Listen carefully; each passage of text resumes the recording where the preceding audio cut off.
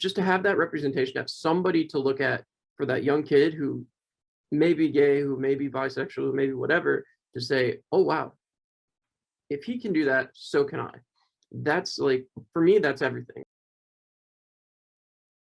Sure. My name is John Kliment. I'm the broadcaster director of media relations for KNUSA Sports, which right now encompasses the Elmira Enforcers, the Elmira Pioneers, the Batavia Muck Dogs, and really running First Arena on a day-to-day basis where I'm sitting right now. Very cool. And you're a part of the community?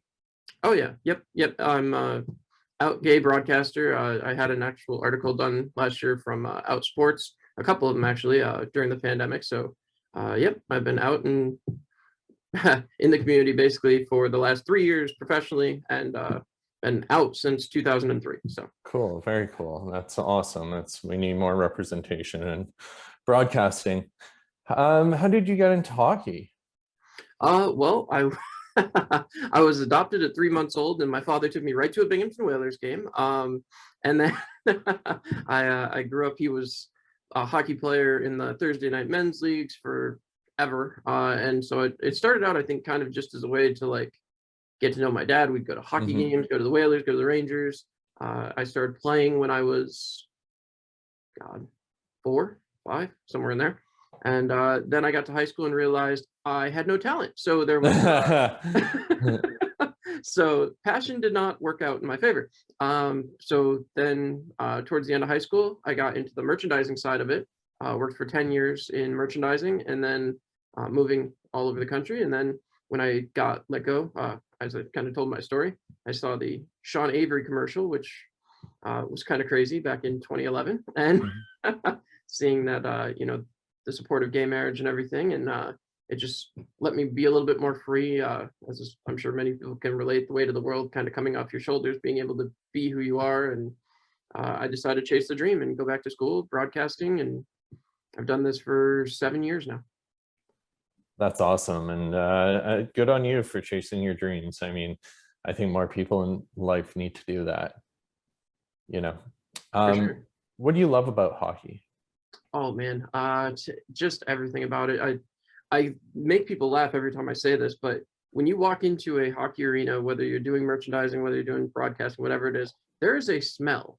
And I'm not exactly sure I can describe the smell, but it's like that fresh cut ice, the day old popcorn, the whole thing. It's just, for me, that's magic. I get to get up and that's my job. I get to work in a hockey arena. So for me, that's what it's all about. And what it's been everything for me since I've been a little kid. So it's funny, every time I go in a rink,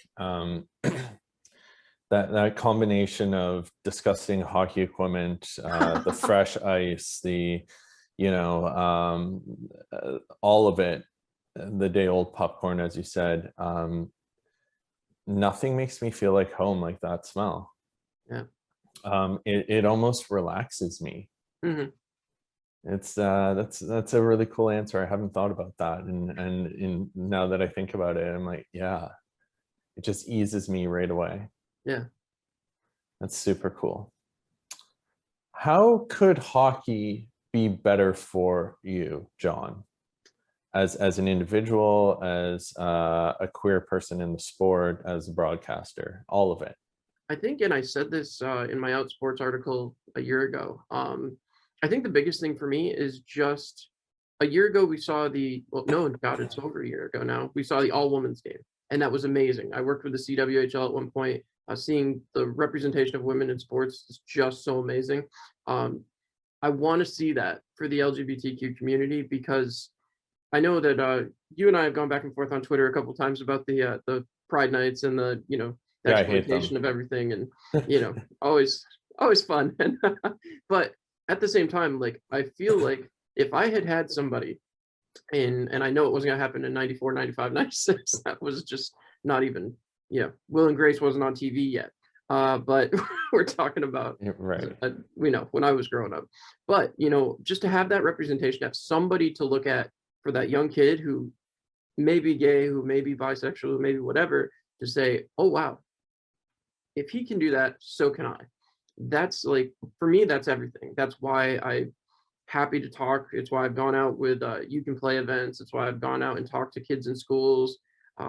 That's my goal, is to make that so that one day it's not, oh my God, that's an out gay broadcaster. It's that's a broadcaster. Oh, and he happens to be gay. And now I feel like I can do that. That makes a lot of sense. And when we talk, I love that idea. I love the idea of an entire queer broadcasting team. I love the idea of representation. My stuff comes more from the frustration over more performative actions that, even studies have shown aren't necessarily evolving things, and especially when they're not done in conjunction with humanization and education in locker rooms. Right. And that's what irks me. I love the idea of an entire queer-led broadcast team and showing that visibility and showing people that they can follow their passions and dreams, and that hopefully their sexuality isn't or gender identity isn't a deterrent. Right. So no, I we're on board there. What keeps you in hockey? I have a drive that just will not let me stop anything that I ever do. If I start something, I just go. And I'm the first one here in the morning. I get here at 6:30. I leave. Jeez. My owner is the last to leave. Don't get me wrong. Anyone who knows Robbie Nichols knows that there's no way you're going to beat him out of the building, or he's going to beat you out of the building. But I'm one of the last that are in the building. This is just all I do. It's all I think about. I drive my husband crazy. Hockey 24/7. So our season's been wrapped for a month and a half, and I'm like, oh hey, the draft's coming up. Did you know this kid's? He's just like, shut up, just shut up. So, is he into hockey? not at all. No. He's a big gamer guy and all that, and yeah, I got him working here on game nights and stuff. But yeah, it's not his. He loves to go live, but I have some hard times getting him to watch on TV. Fair. So that's what your passion for broadcasting, your passion to develop and keep growing and moving up keeps you here?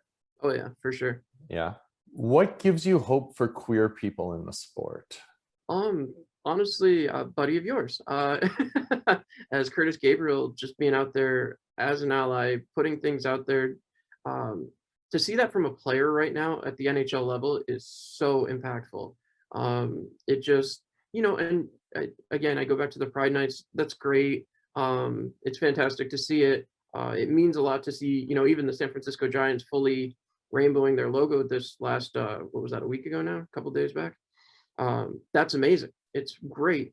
But to see a player embracing it, to see a player talking about it instead of not talking about it, I think it's so much more that people are even saying the words now versus, even just the performative action of having that night.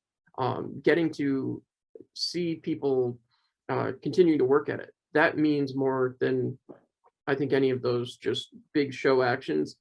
To have somebody say it and really kind of, and he's been great. He's talked to me a couple of times, and really supportive and an amazing guy. So that's one of the things that makes me very optimistic that, hey, if this is happening, it's getting better. You're gonna have your forward-thinking people, and it's gonna get going.